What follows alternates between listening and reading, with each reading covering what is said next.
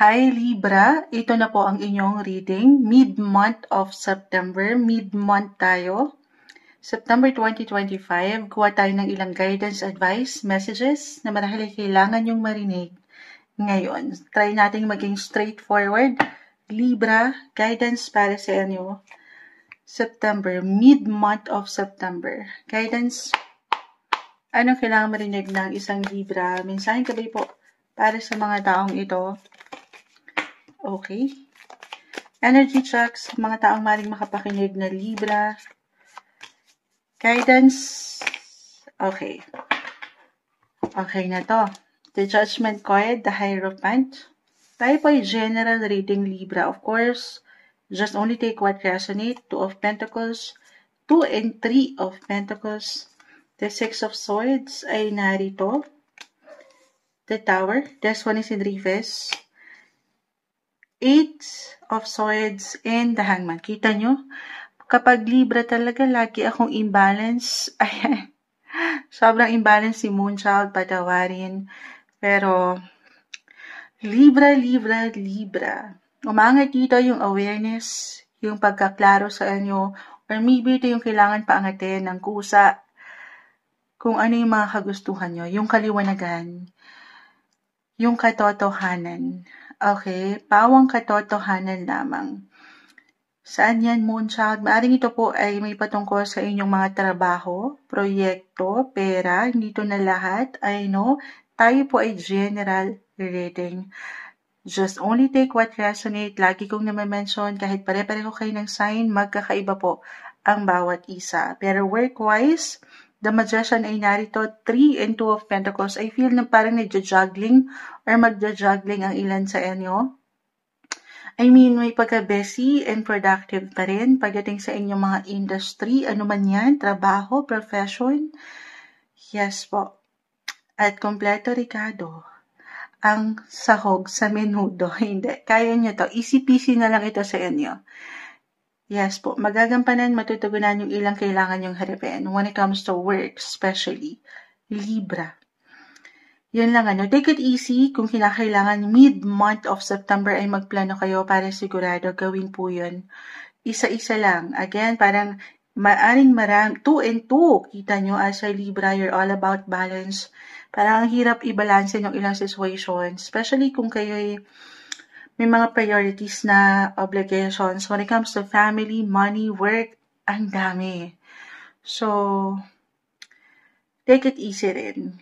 Pahinga pag may time or plano para sigurado. At wala kayong makalimutan. Especially nga po kung sadyang marami kayong pwedeng ganap ngayong mid-month. Okay? Pero ano pa man yan, as I've mentioned, mahaharap, mapangahawakan nyo yan. Huwag lang magmamadali, huwag maiinit, take it easy, you have to trust the process. Stay flexible din daw, Libra. Flexible, adaptable sa situation, very important yan. The Tower is here, maraming may ilang sudden events, ganap, na hindi nyo asahan, unexpected. Na again, mapangahawakan po ha. The Magician kasi ay narito Andiyan na yung natural na skills nyo. Yung kakayanan nyo na panghawakan ng mga situations. Stay flexible pa rin. Ano man ang mangyari. Okay, it's okay to pause. Ayan, the Hangman. It's okay na, alam mo yun, hinga sa ilang isipin na ito. The Judgment card, the Hierophant, the Magician, magical, ang ganap sa inyo, Libra. Magical saan? Yun nga yung katotohanan, kaliwanagan, may pag-angat, pag-increase, why not when it comes to your work? I feel with your cards, as long as alam nyo na ibinigay nyo naman yung best nyo sa inyong mga ginagawa. Claim na ba natin ito? Syempre naman, may blessing. May pag-angat nung kayo mismo, yung aura nyo, yung presensya nyo, as long as patuloy kayo nagsha-show up sa worldwide. Hindi. Patuloy nyo siya showcase ang inyong kakayanan sa showtime. Meron ako nakikita, why not? recognition, promotion, kahit sa simpleng appreciation, Libra, umaangat, nag-level up ang inyong energies.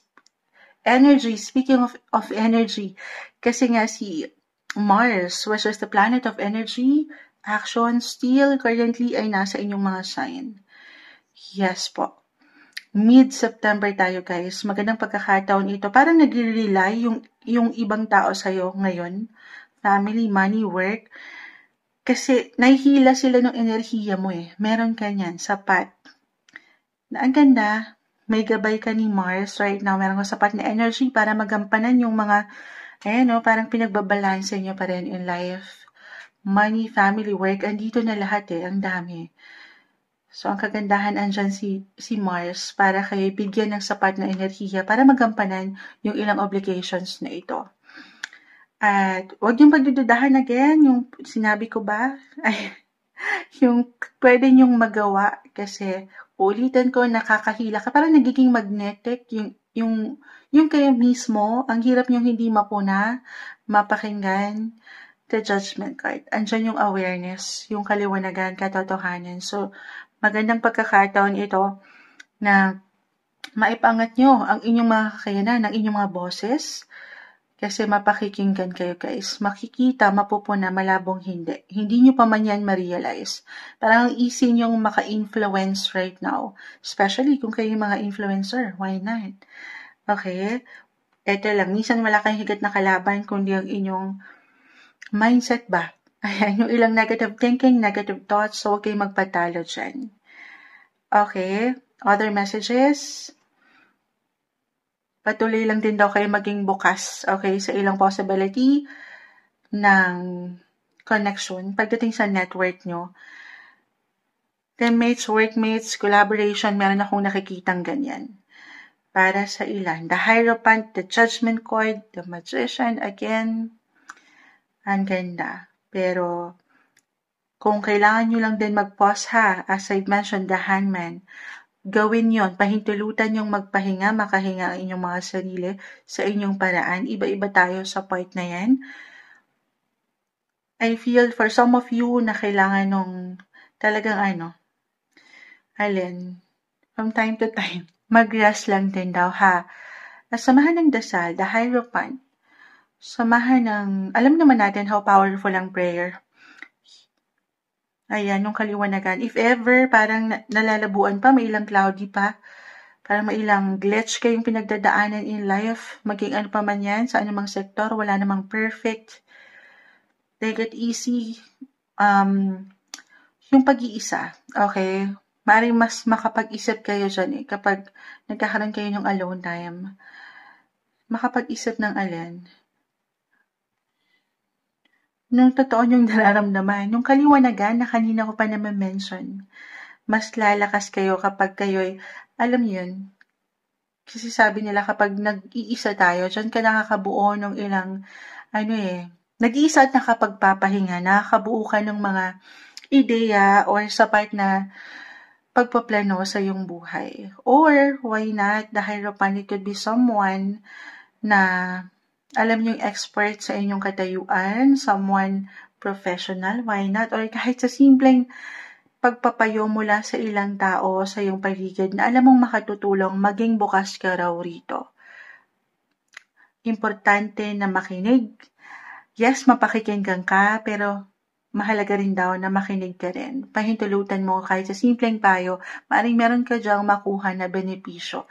Hindi sa meron tayong hinihintay na benefits, Libra, okay? Pero I feel na meron kayong ilang support sa paligid. Ano man ang pagdaanan nyo or kinakaharap nyo in life, hindi kayo nag-iisa. Or why not? If ever may ilang struggle talaga, kasi nakakakuha tayo, ang ganda na, no? Pero may ilang baraha kasi guys na naiiwanan ng worry, or physically, mentally, emotionally. Again, hindi po ako isang medical advisor. Ayan, kumonsulta guys, okay, sa mga expert na pwedeng makatulong para sa inyo. I see healing. Healing. Yes po, healing, closure, endings, for new beginnings na naghihintay sa inyo. Kailangan lang paangatin yung liwanag. You have to trust your intuition rin. Listen to your body. Sa part na yan, kayo po ang higit na makapagsasabi. Siyempre pa, listen to your body, guys. Okay, at kung ano sinasabi ng inyong mga puso. Alam niyo may hugot, Libra, no? Kayo na pinakamahabang, sabi ko straightforward lang tayo, pero ito yung guidance advice, messages na marahil kailangan yung marinig mid-month of September, Libra.